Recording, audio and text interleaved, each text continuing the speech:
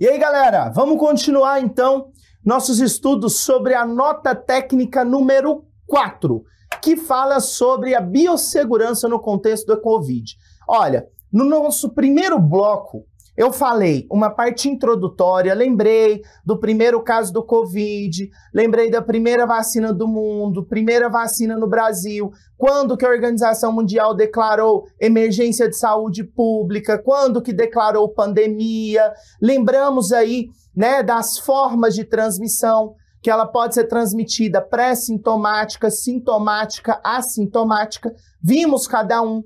Vimos os principais sinais e sintomas, vimos o diagnóstico e aí falamos das medidas de proteção e prevenção nos serviços de urgência pré-hospitalar e transporte interinstitucional, ok? Agora nós vamos dar continuação. Vamos falar das medidas de prevenção e proteção à Covid em outros ambientes de saúde. Então vem comigo.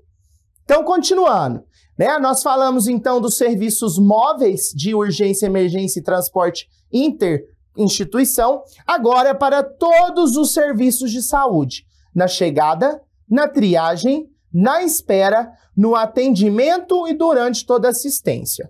Então, olha só, consultas ambulatoriais. Ao agendar consultas, questione se o paciente apresenta sintomas de infecção respiratória. Em caso positivo, em caso positivo, esse paciente deve ser orientado, se possível, a adiar a consulta para uma data que esteja a mais de 10 dias do início dos sintomas. Se o paciente relatar qualquer sintoma que possa indicar gravidade, deve ser orientado a procurar atendimento de urgência no pronto-socorro. Caso não seja possível adiar a consulta do paciente com sintomas de infecção, ele deve ser atendido com todas as precauções indicadas para avaliação de sintomáticos respiratórios. Preferencialmente, esse paciente deve ser agendado em um horário exclusivo, por exemplo, no último horário do dia, de forma a evitar que ele divida a sala de espera com outros pacientes. Após o atendimento, deve ser realizada a higienização do consultório e sala de espera. Então, olha só, galera, dia 1º do mês, o cara tem uma consulta. Um dia antes, a secretária liga. Ô, Vitor, vamos pegar eu aqui. Ô, Vitor, você tem uma consulta amanhã? Você tá com algum sintoma respiratório? Eu falo, tô com coriza, tô com dor no corpo, dei febre, dor de garganta. O que a secretária tem que fazer? Ela fala, olha, vamos fazer o seguinte, como o senhor está apresentando sintoma, nós estamos no Covid, vamos marcar sua consulta para daqui 10 dias. Ou melhor, qual foi o primeiro dia que o senhor teve sintoma? Aí eu vou falar, o primeiro sintoma foi há 3 dias. Então ela vai, olha, vamos marcar para daqui 7 dias pelo menos. Então, você pergunta o dia do primeiro sintoma e pelo menos 10 dias para frente. É uma consulta que eu não posso esperar. Posso marcar? Posso. Desde que eu tenha as medidas de precaução a paciente sintomático respiratório atendidas, que esse paciente, preferencialmente, seja atendido no último horário, onde ele não compartilhe sala de espera, consultório com os outros pacientes, ok? É muito importante reforçar as medidas de prevenção de infecção junto aos pacientes e acompanhantes, destacando o uso correto da máscara. Gente, uso correto da máscara. A máscara tem que estar limpa, seca, bem ajustada à face e que cubram todo o nariz, boca e queixo. O distanciamento social mínimo de 1 metro e a higienização das mãos com água e sabonete líquido ou preparação alcoólica. Sempre lembrar, higienização das mãos com água e sabonete ou preparação alcoólica. Não precisa ser os 2, ok? Na chegada ao serviço de saúde, os pacientes e acompanhantes devem ser instruídos a informar se estão com sintomas de infecção respiratória. Devem ser tomadas as ações preventivas apropriadas, como o uso de máscara limpa, seca, bem ajustada à face, a partir da entrada do serviço, se esse puder ser tolerado. E aí, gente, essa questão da máscara cirúrgica, né, é até legal. O paciente, quando ele chega na unidade de saúde, O ideal é que você peça, se ele estiver usando a máscara de pano, né? E nós já falamos do uso da máscara de pano nas medidas de precaução, na aula de medida de precaução de Covid, porque o ideal seria você pegar e pedir para esse paciente substituir a máscara dele por uma máscara cirúrgica.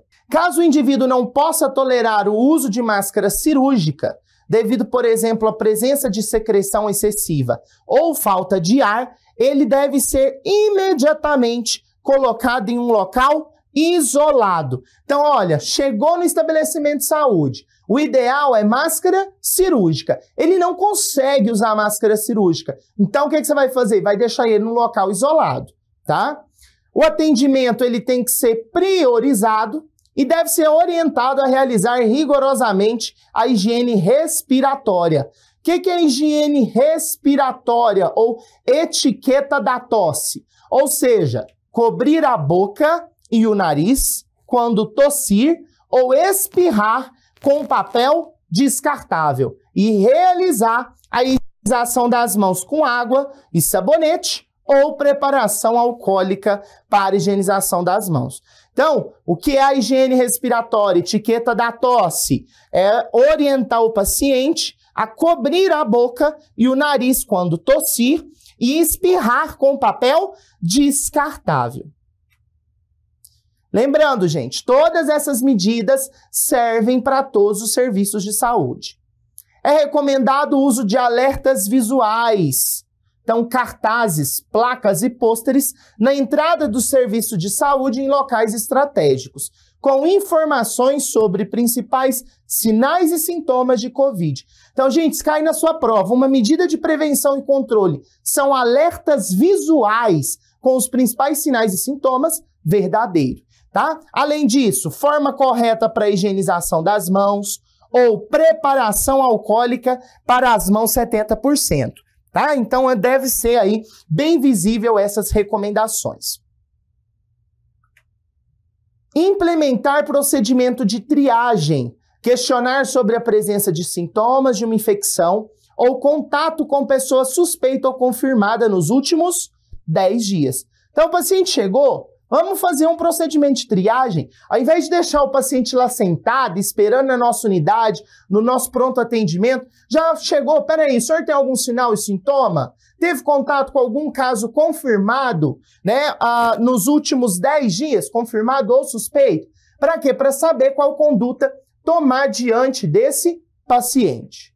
Garantir o atendimento do paciente com sintomas de infecção do SARS-CoV ou outra infecção no menor tempo possível. Então, o atendimento do paciente com sintomas, ele deverá ocorrer no menor tempo possível e de preferência no local separado.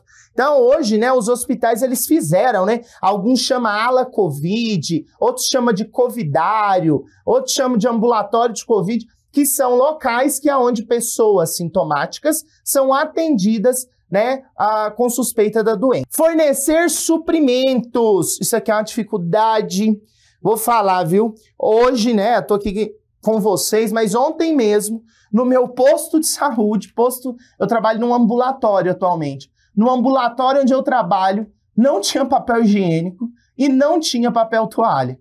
Aí vem aí uma nota técnica que fala, né, fornecer suprimento, não tá tendo para o profissional de saúde, imagina para a população. Né? Então, uma das medidas de prevenção e controle é ter suprimentos para a população. E ainda, orientações para higiene respiratória. Então, prover máscara cirúrgica para paciente com sintoma de infecção. Tá? Então, todo paciente com sintoma de Covid, eu devo prover uma máscara cirúrgica. Lembra que a máscara cirúrgica ela é feita de 3 camadas, uma camada interna, uma camada externa e uma de meio filtrante, né? Prover lenço descartável para higiene nasal na sala de espera. Prover lixeira com acondicionamento por pedal para descarte dos lenços de papéis. Então, né, a gente tem aí que em todos os locais eu deveria ter lenço descartável e lixeira. Se eu tiver a lixeira, eu já levanto as mãos para o céu e agradeço. Prover dispensadores com preparações alcoólicas para higienização das mãos na sala de espera e estimular a higienização das mãos. Então, olha, dispensador com preparação alcoólica. Então, todo local, né? Banheiro, sala de espera, sala de triagem, consultório, deverá ter o quê? Dispensador com preparação alcoólica. Prover condições para higiene simples da mão. O que que eu preciso para ter condição de higienizar as mãos? Lavatório ou pia com dispensador de sabonete líquido. E aí, lá na nossa aula de higienização das mãos, a gente vê, né, os tipos de lavatório, o que que é o lavatório, o que que é uma pia. Suporte para papel toalha ou papel toalha, lixeira com tampa e abertura sem contato manual. Lá no meu ontem a gente só tinha o quê? Nem o sabonete a gente não tinha, a gente só tinha o suporte com papel toalha. Credo, Vitor, você está em Brasília, na capital, e é desse jeito? Você não viu nada, inocente. Orientar os pacientes e acompanhantes e profissionais de saúde e de apoio sobre a necessidade de higienização das mãos com sabonete líquido, pelo menos 40 a 60 segundos, e preparação alcoólica de 20 a 30 segundos. Orientar os pacientes a adotar higiene respiratória, né? Nós já falamos. Se tossir ou espirrar, cobrir o nariz e a boca com cotovelo, flexionando ou lenço de papel. A maioria dos nossos serviços de saúde vai ter lenço de papel. Então, tossiu e espirrou, vai fazer assim, né, gente? Que a região do cotovelo você vai cobrir, né, o nariz e a boca. Não é assim, botando a mão na frente. Usar lenço de papel descartável para higiene nasal. Descartar imediatamente após o uso.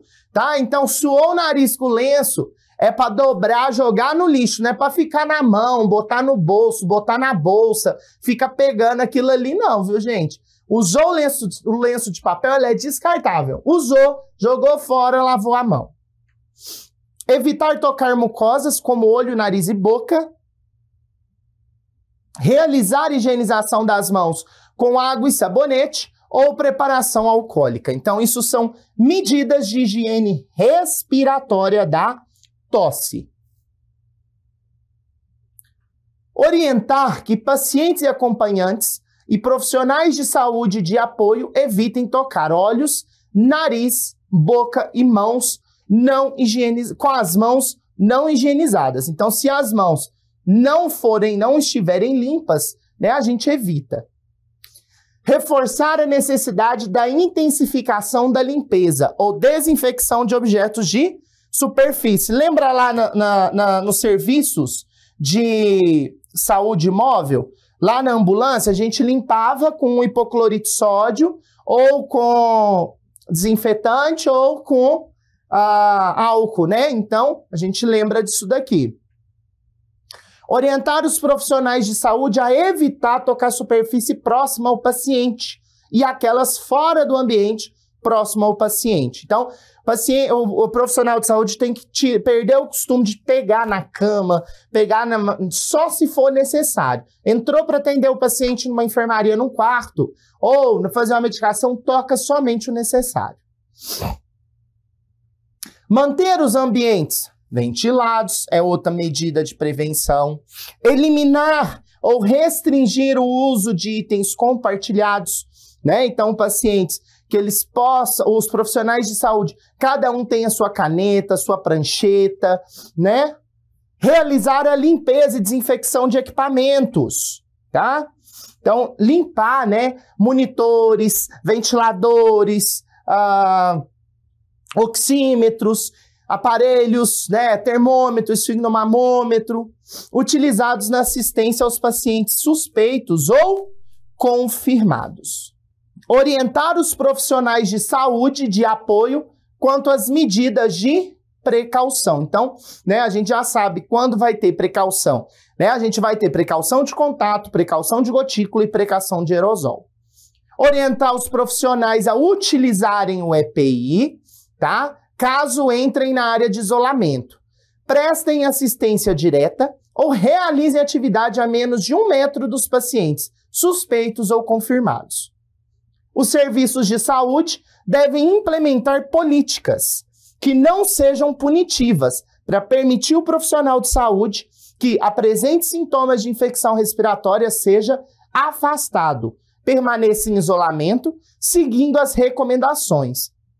Então, galera, essas questões de medida de prevenção e proteção, quando ele coloca, olha, deve implementar políticas públicas, é porque a gente tem que os profissionais, eles se infectam mais, né, do que outros profissionais pelo contato direto. Então, que eles possam também, que quando infectados, né, confirmados ou suspeitos, tenham também o seu momento de isolamento, ok? Se houver necessidade de encaminhamento, sempre notificar previamente, nós já falamos disso daí. Orientar o uso correto de máscara por pacientes e acompanhantes. Lembrar, não deve tocar a parte da frente da máscara, tá? Sempre nas laterais, né, ou nas amarras. Orientar os profissionais sobre como usar corretamente a máscara. Tempo de uso, troca e forma de descarte, tá? E aí a gente lembra, quando a gente faz um treinamento ou quando a gente está, né, promovendo a educação em saúde sobre o EPI, a gente está vendo o uso correto, a colocação, a retirada e o descarte. A máscara de tecido não é um EPI, gente. Não vai errar isso na sua prova. A máscara de tecido não é um EPI. Por isso, ela não deve ser usada por profissionais de saúde ou de apoio quando se deveria usar máscara cirúrgica ou quando se deveria usar máscara N95 equivalente. O que isso quer dizer? Chegou lá no seu posto de trabalho, no hospital, no posto de saúde, no ambulatório, no consultório, no serviço diagnóstico, laboratório. Chegou lá, tira sua máscara de tecido que você usa em casa e coloca a máscara cirúrgica. Por quê? Porque ela não é considerada um EPI. Embora a máscara de tecido não deva ser utilizada em unidades assistenciais, ela pode ser utilizada nas áreas exclusivamente administrativas. Bom, o EPI deve ser imediatamente removido após a saída do quarto, enfermaria, box ou área de isolamento. Sempre lembrando, o EPI ele é retirado dentro do quarto, dentro da enfermaria. Caso o profissional de saúde saia de um quarto enfermaria ou área de isolamento para atendimento a outro paciente com suspeita ou confirmação, na mesma área, logo em seguida não haveria necessidade de trocar gorro, tá? Óculos e protetor facial e máscara. Nesse caso, deve obrigatoriamente trocar avental e luvas. Lembrando, sempre de realizar a higienização das mãos imediatamente após a retirada das luvas. O que ele está falando? Se você é um profissional de saúde, você sai de um quarto, ou enfermaria, ou uma área de isolamento, tá? Para atender outro paciente com suspeita no mesmo local, então vamos supor nossa área de Covid. Nós temos uma ala de Covid. Você saiu de um quarto e vai para outro, entendeu? Um outro paciente que também é Covid. Você está na ala Covid, é um quarto de frente para o outro. O que ele fala? Você tem que tirar as luvas, trocar as luvas e o capote. A máscara, o gorro e o óculos, você pode permanecer com eles, certo? Agora, as luvas e o capote, o avental, você tem que trocar. E lembrar que tirou a luva, tirou o capote, higieniza as mãos para depois colocar outro avental e outra luva, ok?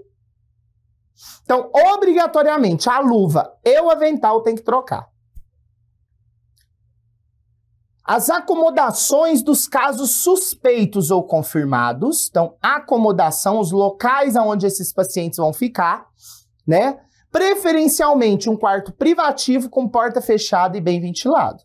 Preferencialmente. Professor, onde eu trabalho não é assim. Pois é, eu também não. Então, vamos esquecer da prática e engatar aqui na teoria.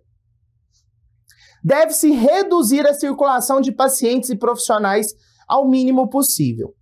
Os procedimentos que podem gerar aerosóis devem ser realizados preferencialmente em uma unidade de isolamento respiratório com pressão negativa. Se for possível, né? Se não for, vai ali mesmo. E aí a gente lembra. Gerou aerosóis, eu vou usar qual máscara? N95, que é a PFF02, ok?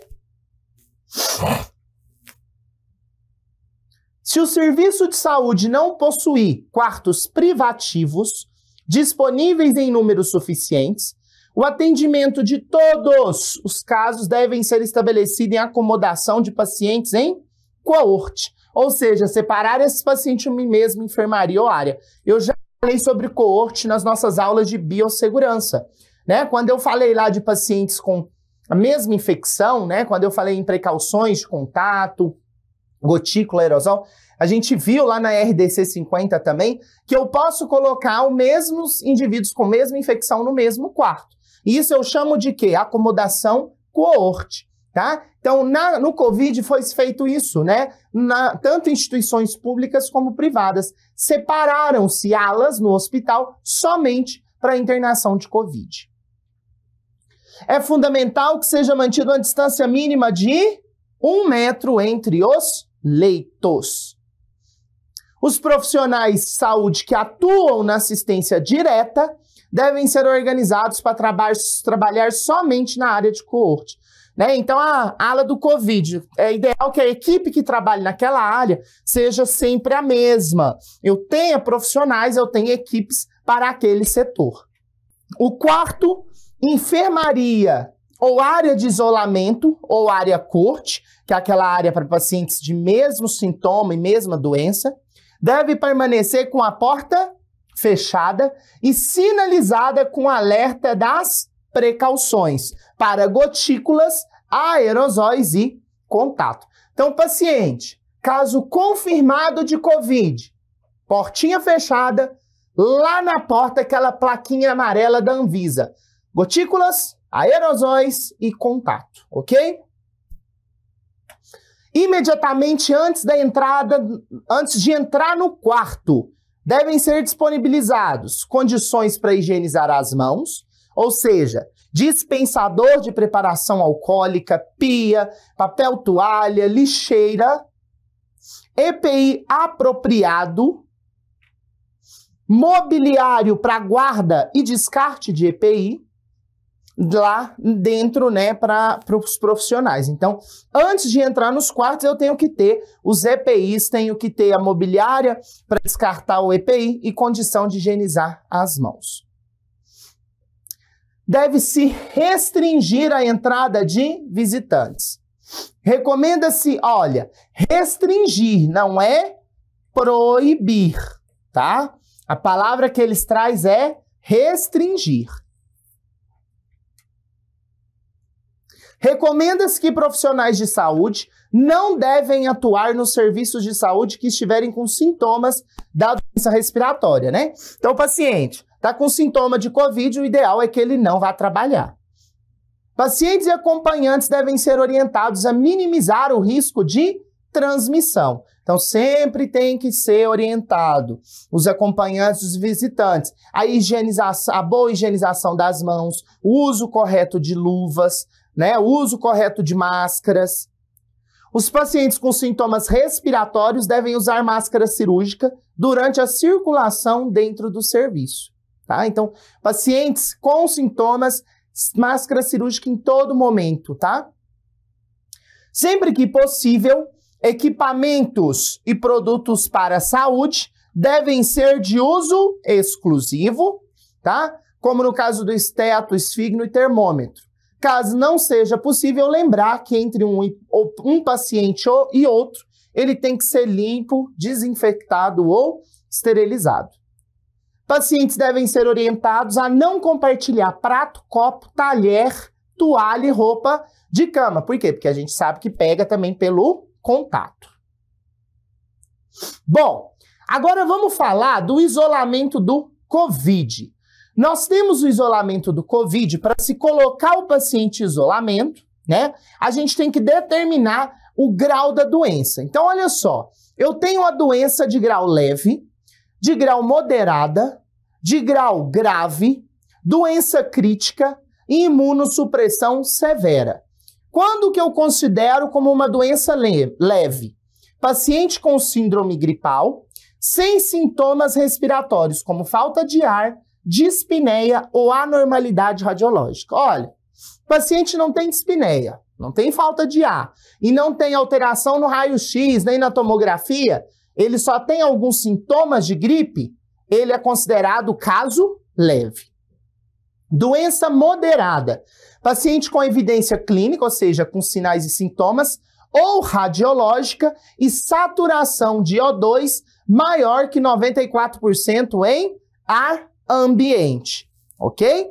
Então, tá com maior de 94%, né? E evidência clínica e radiológica, saturação moderada. Agora, saturou menos que 94%, aí já é doença grave. Paciente com frequência respiratória maior que 30 incursões por minuto, saturação menor que 94% em ar ambiente, ou pacientes com hipóxia crônica, redução de menos de 3% do nível base, né? Então vamos supor que nós temos um paciente aí, DPOC, que a basal dele já é 94. Então se for menor que 91, a gente já tem uma doença grave, ok? Taxa de pressão de O2 e força inspiratória menor do que 300 milímetros de mercúrio, ou opacidade do pulmão em mais de 50%, tá? Tem mais de 50% de comprometimento pulmonar, doença grave. Doença crítica, paciente com falência respiratória, choque séptico e disfunção de múltiplos órgãos.